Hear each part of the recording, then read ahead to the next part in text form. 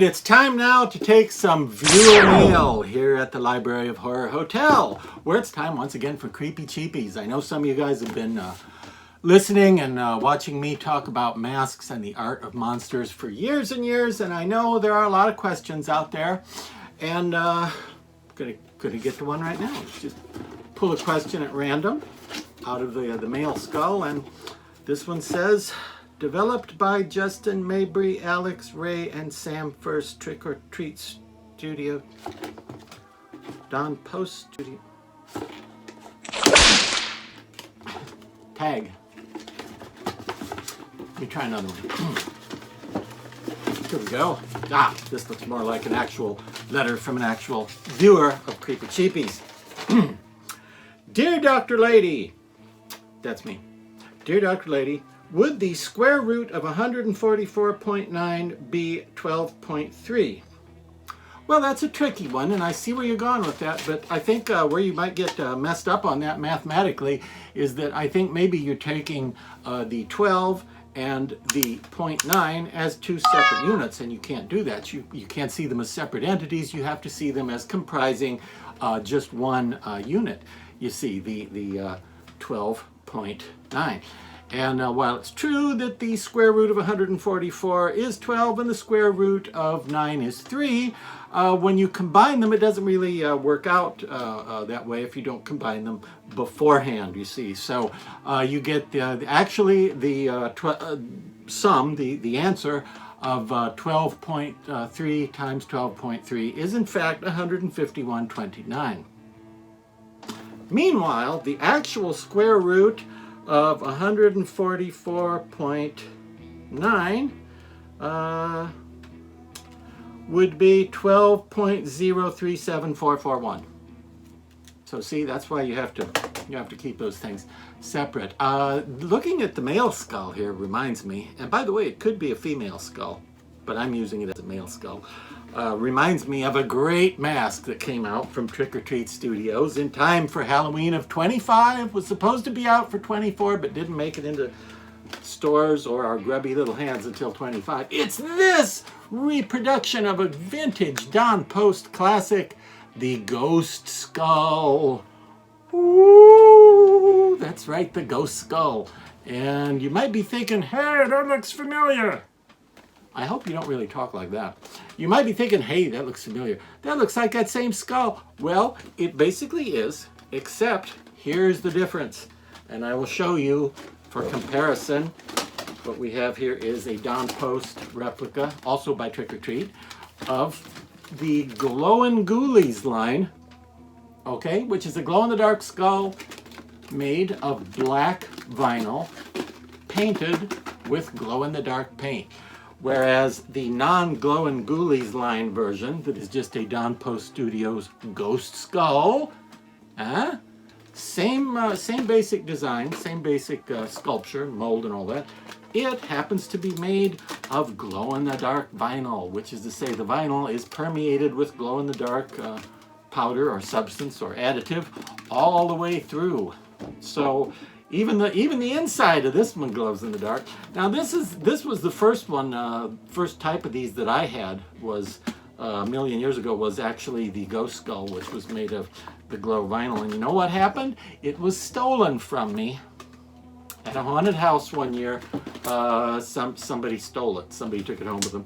And I never did find out what happened to it. But I remember there was a little bit of a kerfuffle, or it may have been a kerfluffle. It was a long time ago, so I can't remember which with any great accuracy, either a kerfuffle or a kerfluffle, regarding the fact that these masks were, this was in the 1970s, these masks were made of glow-in-the-dark substance because some parents worried that wearing glow-in-the-dark stuff right on your head and on your face would be dangerous, would be poisonous or toxic in some way to the wearer. I don't believe anything ever came of that. I never heard of any cases of, any children or adults dying of radiation head poisoning because of their Halloween mask. And it seems like that would have made the news, don't you think? But you may prefer the other version, which I have discussed previously, which is the Glowin' Ghoulies line version of the skull. You may like it better because it has a little bit more depth to the paint job, because it's got that stippled, that sponge paint effect, whereas the ghost skull is just plain glow-in-the-dark color all over with a little bit of black. And you may have noticed also that this particular one doesn't have his perpendicular plate in his nasal cavity painted there, or that is, it is painted, I should say, with the black rather than being left unpainted so that it looks like the bone color. I don't know if they're all like that. I don't think they are. I think that is just an anomaly of this particular mask. And for those of you who are purists as far as old Don Post masks and old 70s Halloween masks, vintage Halloween, you might be thinking, oh, that's wrong. I saw one and it wasn't. It was kind of the luck of the draw back then, just like it is now, if you know what I'm saying. Sometimes they were painted a little differently than other times. The paint jobs were not beautiful, but they got the job done. And back in the 70s, the late 70s, when the Ghost Skull came out, this was the most high-tech, state-of-the-art scaring equipment that you could have. And speaking of the Don Post skull, I would like to extend special thanks to Tim at Dirt Nap Effects. That's DIRTKNAP, Tim at Dirt Nap, for providing me with this lovely walking stick, complete with a little miniature replica of the Don Post classic skull, made of, 3D printed computer plastic. Can you see that? Isn't that awesome? Got that from Tim at Dirt Nap Effects. Very, very cool thing.